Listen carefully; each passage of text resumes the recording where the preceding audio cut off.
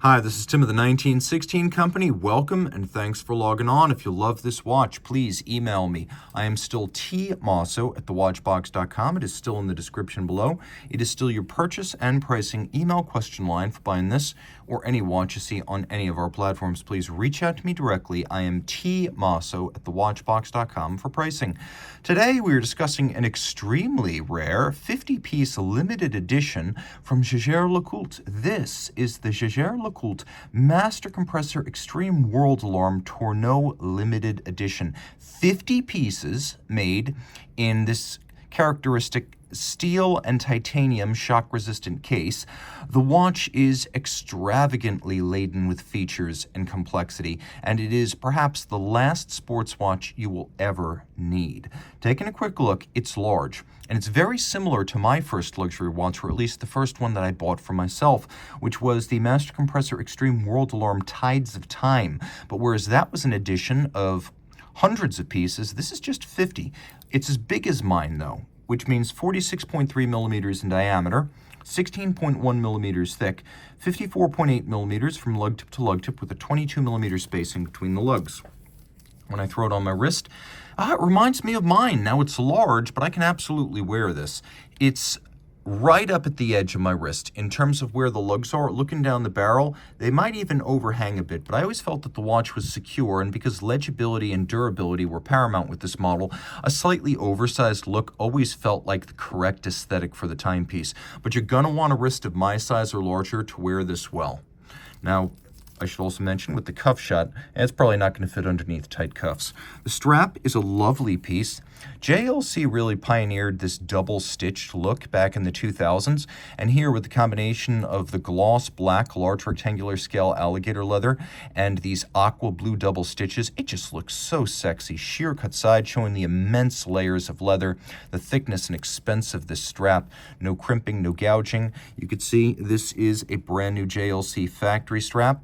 Calfskin on the bottom. We have a buckle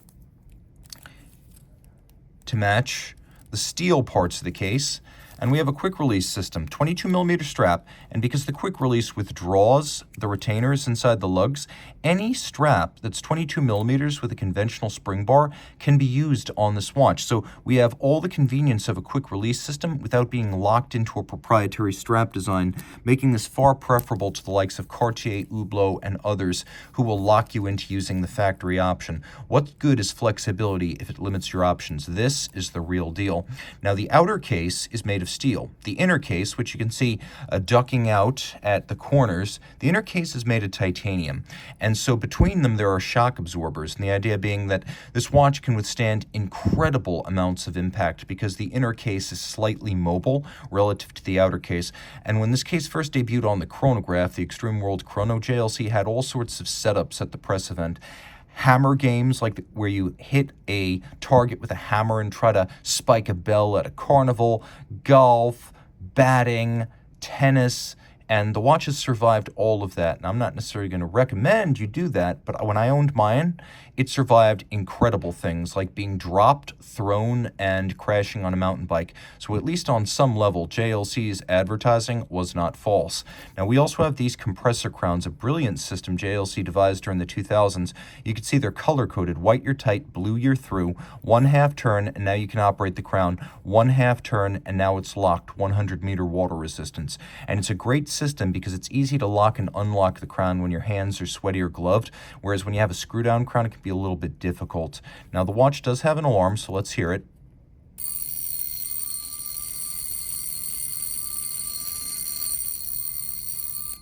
And you can see I have this on-off arming switch for the alarm.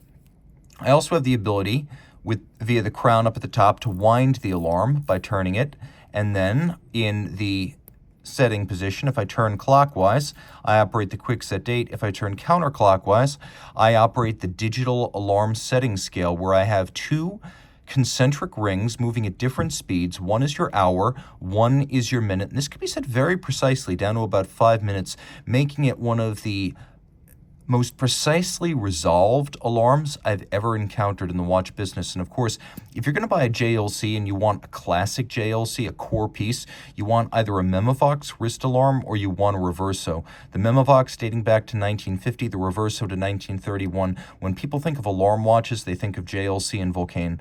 And this is a great example of JLC blowing its rivals out of the water at a time when Audemars Piguet, just a few kilometers away, was making relatively simple Royal Oak offshore chronographs. This was JLC's entry into the ultra-luxury, oversized sports watch class.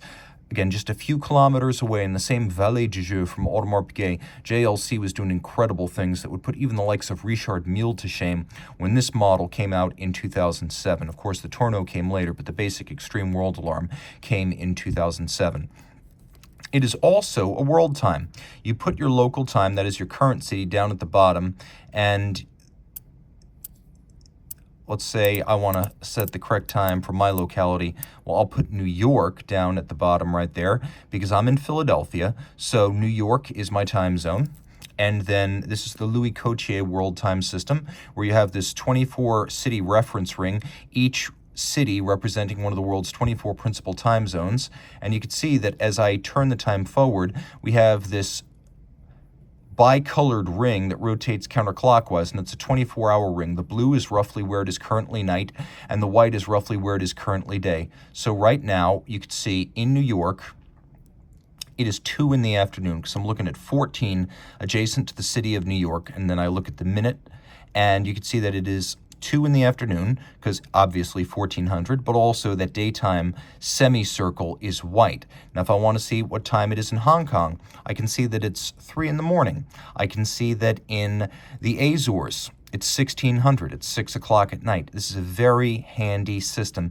And one of the ways this watch is different from the Tides of Time is that it doesn't feature UNESCO Environmental World Heritage sites in blue on the city reference ring. So that is something to distinguish the two. Another feature to distinguish the two is that the setting ring for the city on the Tides of Time is black, whereas on the Tourneau, it's a nice anodized blue.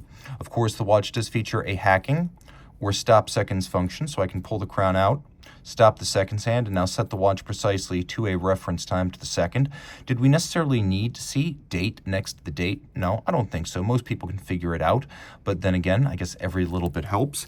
Turn it over, and you can see on the back the symbol of the International Geophysical Year, which was 1958. This symbol first used by Jaeger-Lecoultre on the geophysic back in the late 50s. Today, it's been adopted as the symbol of the Master 1000 Hours Control. Over 41 days of testing of the fully assembled watch for chronometry in 6 positions, water resistance, winding efficiency, power reserve, and overall durability. That is what the Master 1000 Hours Control means. On the back, you can see 100 meters water resistant, individual numbering, number 37 in the series of 50, the limited series for Tourneau.